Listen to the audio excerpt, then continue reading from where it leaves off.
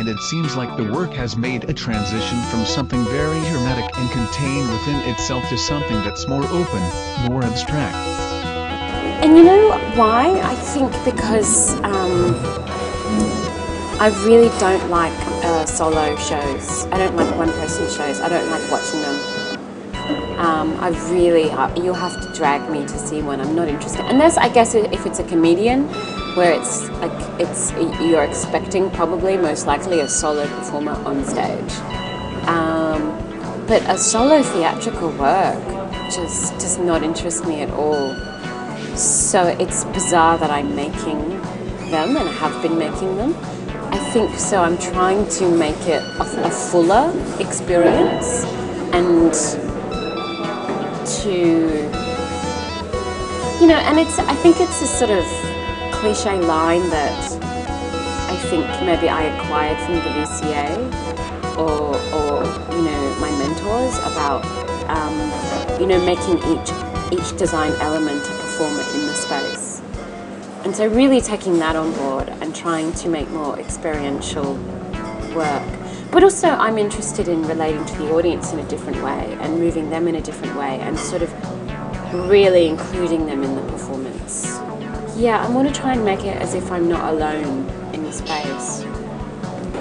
I think it works sometimes having a fourth wall and you're making a piece of theatre and you're sitting in the audience. Something I do could not work in the state theatre or such a vast space, because that audience wants to disappear into a blackness and just watch something in a frame.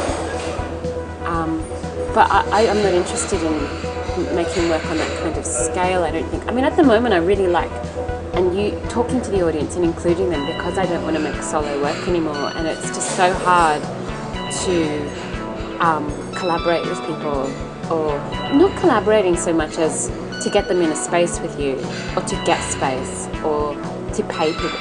It's just too hard. So it's just easier for me to do it this way.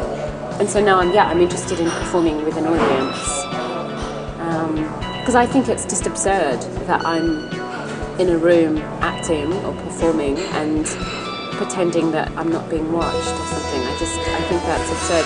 And in the other work I used to do, like An Unfortunate Woman and Tyrannous Rex, to every the Elephant Club, to a degree they're all autobiographical works.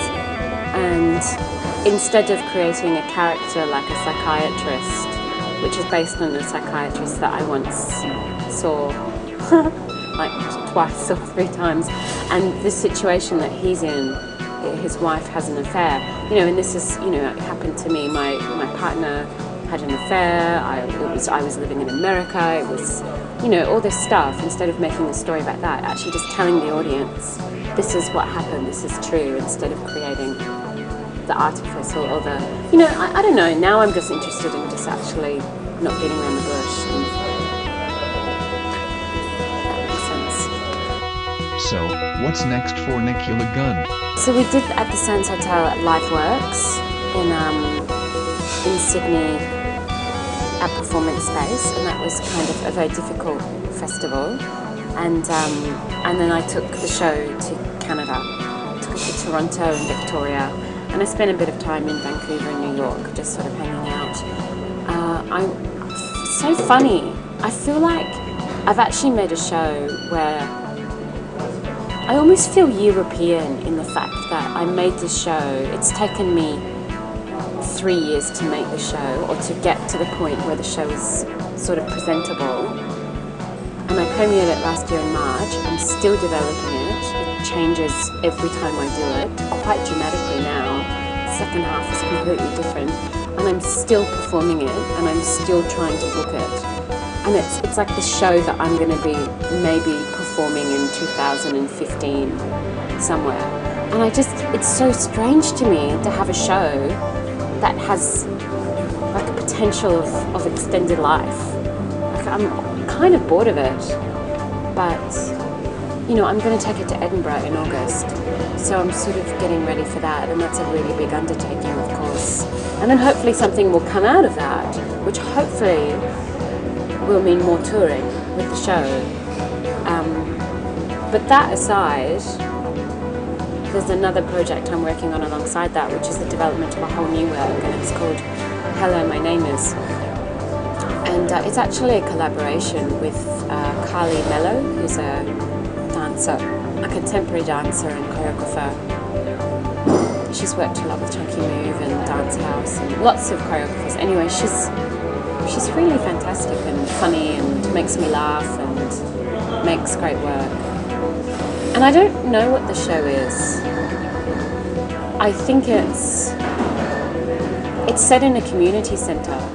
So again, it's like including the audience, and